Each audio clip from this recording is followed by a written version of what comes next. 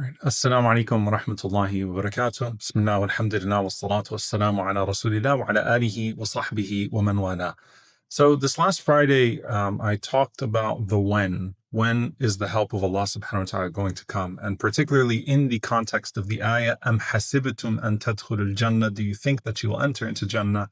And then Allah subhanahu wa ta'ala takes us through the various difficulties and to the point where the messenger and the believers that are with him say, Mata Nasrullah, when is the help of Allah? And verily the help of Allah is near.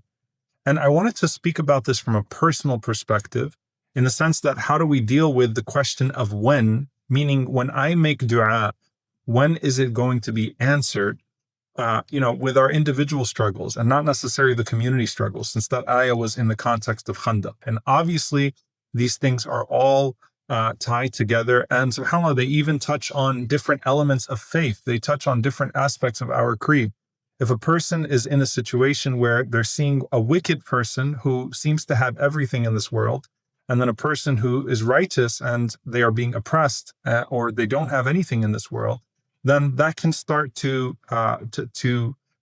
ruin their notions of how they understand Allah subhanahu wa ta'ala's love and how they understand the way that Allah subhanahu wa ta'ala proportions His mercy in this world in relation to the next. And so when it comes to dua, when it comes to supplication and a person that makes dua, I want to actually start with what Umar ibn Khattab radiallahu ta'ala anhu said. He said, Inni la ahmilu hamma al-ijaba. I do not concern myself with the burden of the answer to my dua. But he says, وَلَكِنِّي أَحْمِلُ هَمَّ دُعَاء. I just concern myself with the ability to make dua. So I don't concern myself with the answer to the dua. I just concern myself with the ability to make the dua, with the ability to make that supplication in the first place. Why? Because as Ibn Ata'illah rahimahullah said, مَتَى أَطْلَقَ اللَّهُ لِسَانَكَ بِالطَّلَبِ فَاعْلَمْ أَنَّهُ يُرِيدُ أَنْ يُعْطِيَكَ. That know that anytime that Allah subhanahu wa ta'ala allows your tongue to move in asking Him something, that means He wants to give you something. And so there is no situation in which Allah will give you tawfiq, will give you success to be able to make this dua, except that Allah subhanahu wa ta'ala wants to answer that dua for you. So don't, concern yourself with the way that it's going to be answered. Just concern yourself with the ability to make that dua in the first place. And that is a blessing from Allah subhanahu wa ta'ala, that you are driven to the ability to call upon Him. Now, with that being said, you make your dua, and as you supplicate, your supplication goes to Allah subhanahu wa ta'ala, Al-Alim Al-Khabir, the most knowing, the most acquainted, Al-Hakim, the most wise, Ar-Rahman, the most merciful. It goes to Allah subhanahu wa ta'ala. And you have entrusted that supplication now to Allah subhanahu wa ta'ala for Allah to answer you in a way that is best for you. And the Prophet sallallahu alaihi wasallam said that Allah subhanahu wa ta'ala would either answer that dua as you asked Him for it, or Allah subhanahu wa ta'ala will block an evil, an equivalent evil, a calamity as a result of that dua, or Allah subhanahu wa ta'ala will delay the answer to that dua to the hereafter, to the day of judgment. And of course, on that day when you are rewarded, it is unlike the reward of this world. And a person would wish that none of their du'as had the answer in this world when they see the answer in the hereafter, because that which was answered in this world perished along with this world, whereas that which Allah subhanahu wa ta'ala answers in regards to the hereafter or in the hereafter remains for all of eternity. So you make that dua and you entrust that dua to Allah subhanahu wa ta'ala, the one that you're calling upon, to answer it in a way that's best for you. Now the Prophet sallallahu alaihi wasallam said, Yustajabu li ahadikum ma lam ya'jal. Allah subhanahu wa ta'ala will answer every one of you so long as you don't become hasty. How do you become hasty? فَيَقُولْ دَعُوتُ فَلَمْ يُسْتَجَبْ لِي. That a person would say, I called upon Allah subhanahu wa ta'ala and He did not answer me. So long as a person does not say, I called upon Allah and He did not answer me. And another narration, the Prophet ﷺ said, يَدْعُو بِإِثْمٍ أَوْ قَطِيعَةِ رَحِمٍ, that a person would call upon Allah subhanahu wa ta'ala for something sinful or with the severance of family ties. So the nature of what you're asking Allah for is forbidden. But in this regard, you've asked Allah subhanahu wa ta'ala, you have taken all of the precautions and fulfilled all of the prerequisites to approaching Allah with that dua. Do not say, دَعُوتُ فَلَمْ يُسْتَجَبْ لِي. I called upon Allah and He didn't answer me. He did not answer my dua.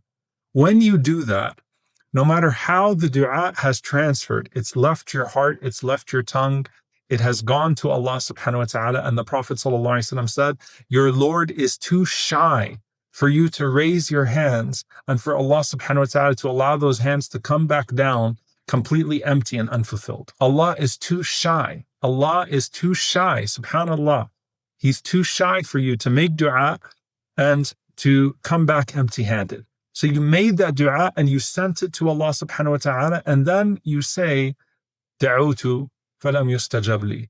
I called upon Allah and He did not answer me. At that point, no matter how the dua is operating, it becomes completely irrelevant and it becomes completely ineffective. It ruins the dua, it spoils the dua, because you lose the essential component of trust in Allah subhanahu wa ta'ala as you're making that dua.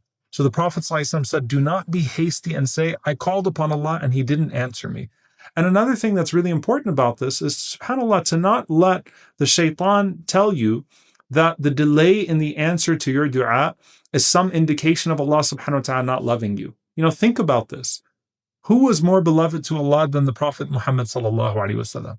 Who does Allah love more than the prophets, than Ibrahim alayhi salam, than Yusuf alayhi salam, than Yaqub alayhi salam, right? We're talking about Abraham and Jacob and Joseph and Ayub alayhi salam, Job.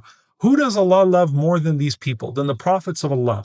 Yet how many times do we see that they called upon Allah subhanahu wa ta'ala and the answer to their dua did not come for decades, did not come for decades? Is that because Allah did not love them? Of course not. We would never say that, because we know that this is the most beloved of Allah's creation to Him, right? Of course not. But it's something else. It's something else. And so it might be that you see two people that make dua, and this person is answered right away and the other person is delayed, and Allah loves the one who was delayed more. Allah loves the one who was delayed more. Why? Because it may be that, subhanAllah, as you are turning to Allah subhanahu wa ta'ala in dua, that Allah is increasing you, and He certainly is when you turn towards Him. Allah is increasing you in His favor, in His love. Allah is increasing you in your good deeds. Allah is elevating your status in the hereafter, because ad-du'a wal ibadah, dua is worship.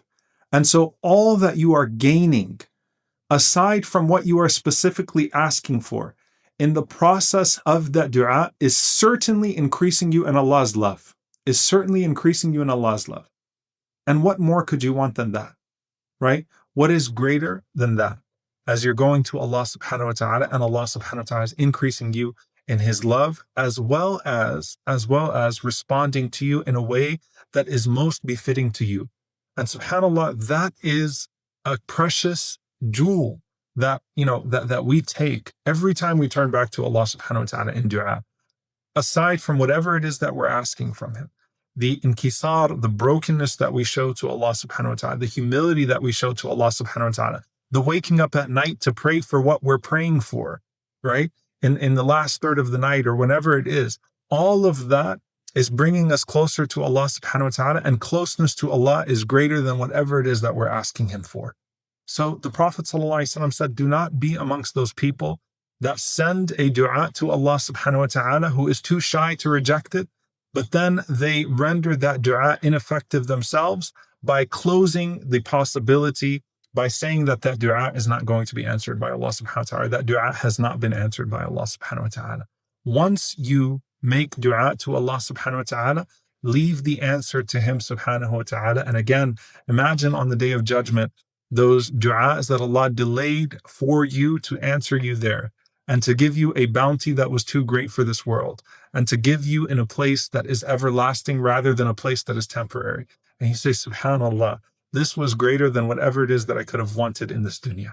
And the love of Allah subhanahu wa ta'ala is certainty and elevation, whether it is in this life or the next. So again, the Prophet sallallahu alaihi wasallam said, do not say, da'utu falam yustajab li, I called upon Allah and He did not answer me. Whether it was Musa alayhi salam making dua against the Fir'aun, or the Prophet sallallahu alaihi wasallam against his enemies, or the Prophet sallallahu alaihi wasallam for the guidance of certain people in Uhud, or the Prophet sallallahu alaihi wasallam asking Allah for relief, or Ayub alayhi salam calling upon Allah subhanahu wa ta'ala, or Yaqub alayhi salam calling upon Allah waiting for his son, or Yusuf alayhi salam calling upon Allah subhanahu wa ta'ala waiting for relief from the prison, or whatever situation he was in. All of these situations teach us that Allah subhanahu wa ta'ala will answer the dua of the one that he loves, but on a time and in a way that is most befitting to that love. And Allah subhanahu wa ta'ala al-Wadud knows what's best for us. So we ask Allah subhanahu wa ta'ala to make us amongst those that are beloved to him.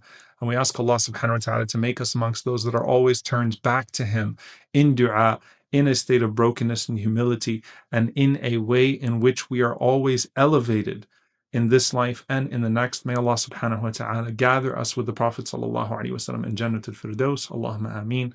ربنا آتنا في الدنيا حسنة وفي الآخرة حسنة وقنا عذاب النار. اللهم آمين. جزاكم الله خيرا والسلام عليكم ورحمة الله وبركاته.